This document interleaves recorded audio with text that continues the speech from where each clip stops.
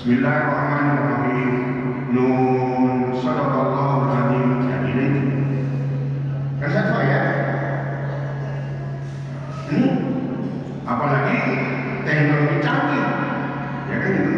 Di-download Al-Quran di HP yang orang berumur silakan boleh saja. Tapi kalau sudah di-download Al-Quran di HP itu jangan dibawa ke kamar mandi, ya kan? Ini sudah di-download Al-Quran di HP.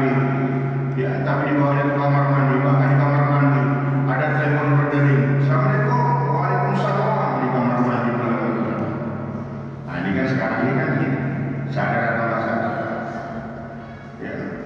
Kadang-kadang lebih cepat kita mengucapkan Fatihah di HP daripada memberikan Fatihah. Nah, kita dengar di HP itu WhatsApp telah meninggal dunia ini, tapi cepat kali tulisannya Fatihah. Sudahkah kita membacakan Fatihah untuk almarhum saudara kita yang di WhatsApp? Belum tentu, ya kan Pak? Cepat kali innalillahi wa inna ilaihi raji'un di HP itu. Tapi sudahkah kita memberikan Fatihah kepada teman kita, saudara kita ketika kita berada dalam diri kita masing-masing? Sadar atau tidak sadar, kita masih mengikuti langkah-langkah setan. Ya, kita punya Al-Quran, namun Al-Quran tidak pernah kita baca di rumah. Yang kedua, orang yang termasuk mengajar Al-Quran, dia punya Al-Quran, namun tidak mau belajar dan mengajarkan Al-Quran. Khairukum man ta'allama Al-Quran wa 'allamahu. Sebaik-baik kamu adalah orang yang mau belajar dan mengajarkan Al-Quran. Mari kita belajar dan mengajarkan Al-Quran. Yang ketiga, orang yang termasuk mengajarkan dia punya Al-Quran, namun tidak berusaha untuk menghafal Al-Quran. Paling tidak urutan surahnya jadilah. Supaya apa? Supaya jangan makruh kita sholat. Kenapa makruh? Ayatnya sungsang. Ayat pertama Qul huwallahu ahad. Ayat kedua Inna a'tayna, makruh. Tapi bukan batal sholat, makruh cuma sungsang. Nah, makanya urutan surahnya paling tidak. Ya kan, kita menghafal Al-Quran. Gak bisa menghafalnya, urutannya pun jadilah. Yang 12 surah pun jadilah. Dari Wadduha sampai An-Nas. Ya kan, supaya jangan sungsang. Makanya terawih itu kan jangan sungsang ya. Nah, kalau sungsang makruh, baca salatnya enggak batal, cuma makruh. Ya kan, sholat kita sudah aman, tapi janganlah ditambah yang makruh. Mana yang makruh itu termasuk sungsang membaca ayat. Mana yang makruh itu menguap juga makruh. Makruh.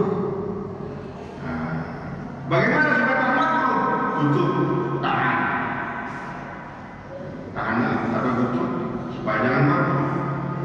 Nah, ini kan contoh yang sederhana yang kadang-kadang kita lupakan. Yang keempat, orang yang termasuk mengajar Quran, dia punya Al-Quran, namun tidak menghargai guru yang mengajarkan Al-Quran. Makanya sadar atau tidak sadar, kita masih mengikuti langkah-langkah setan. Kita akui Al-Quran sebagai pedoman kita, namun kita jauh dari Al-Quran. Sadar atau tidak sadar. Yang berikutnya, sadar atau tidak sadar, kita masih mengikuti langkah-langkah setan. Kita disuruh untuk bersilaturahmi, tapi kadang-kadang yang rahimahullah kita sombong dalam bersilaturahmi. Makanya ciri-ciri orang yang sombong, yang pertama selalu meremehkan orang lain. Jangan pernah meremehkan orang lain. Kenapa? Orang lain itu punya kelebihan, orang lain itu punya kekurangan. Bahkan jangan pernah menghinakan orang lain, karena kita dasarnya yang hina. Ini karena menghinakan orang lain. Jangan pernah mengaku kelebihan, jangan pernah melupakan atau menghargai orang lain, melupakan harga orang lain, menghargai jasa orang lain. Orang lain semua punya jasa ya Pak. Kita semua punya jasa. Jadi kalau kita melupakan jasa orang lain, termasuk orang yang sombong. Punya jasa kita, masing-masing punya jasa. Ketika kita diundang kenduri, ada jasa kita. Mana jasa kita? Berdoa kepada hajat dan berhalangan lain. Kan ada jasa kita. Maka jangan pernah melupakan jasa orang lain. Kalau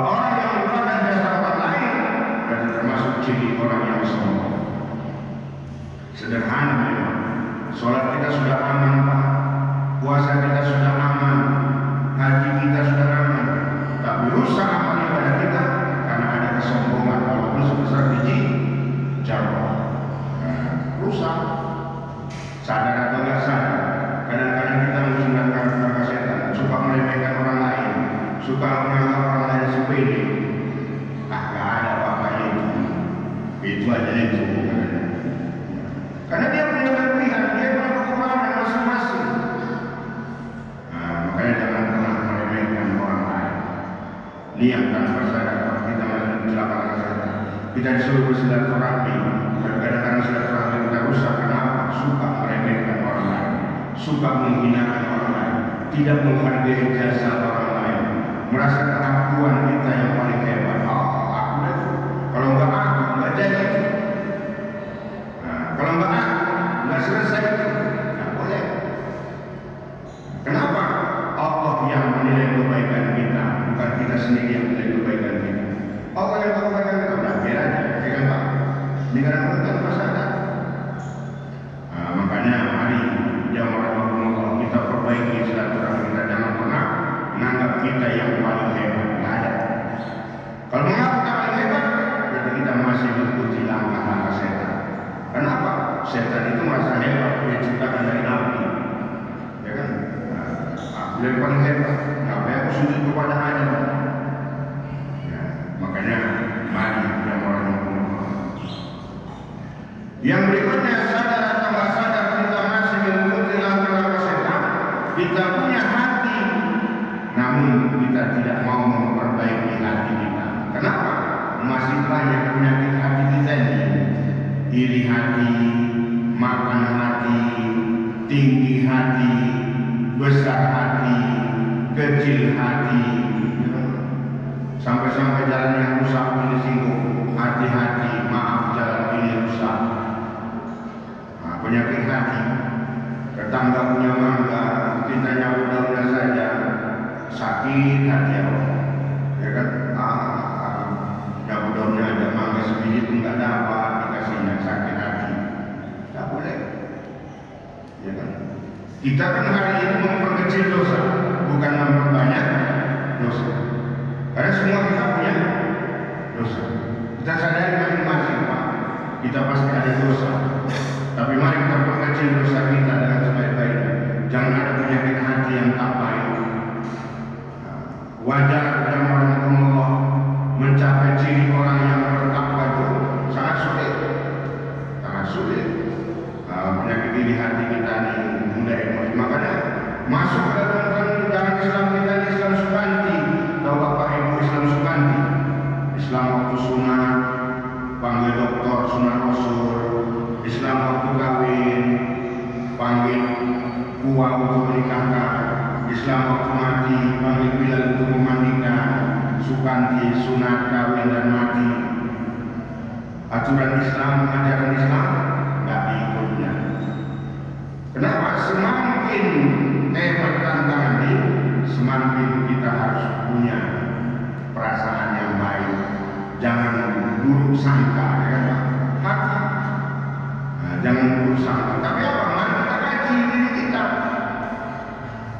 Jadi kalau belum mampu mengendalikan hati, berarti termasuk mengikuti langkah-langkah setan. Sadar atau nggak sadar? Yang berikutnya, sadar atau nggak sadar kita masih mengikuti langkah-langkah setan. Kita punya anggota tubuh kita, namun kita tidak berusaha untuk memperbaiki anggota tubuh kita. Mana yang paling berat? Yang paling berat tidak mulut kita ini.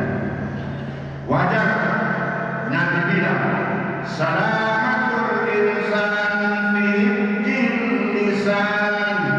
Selamatnya manusia itu karena mulutnya, karena lidahnya. Bak kata buku poli dalam lagu tembang kenangannya, memang lidah tak bertulang, tak terbatas kata-kata. Kenapa? Salah ucap bisa jadi wajib, salah ucap bisa jadi haram, ya kan Pak? Salah ucap bisa jadi haram. Contohnya mana? Salah ucap jadi haram. Seorang laki-laki bilang sama istrinya, kamu seperti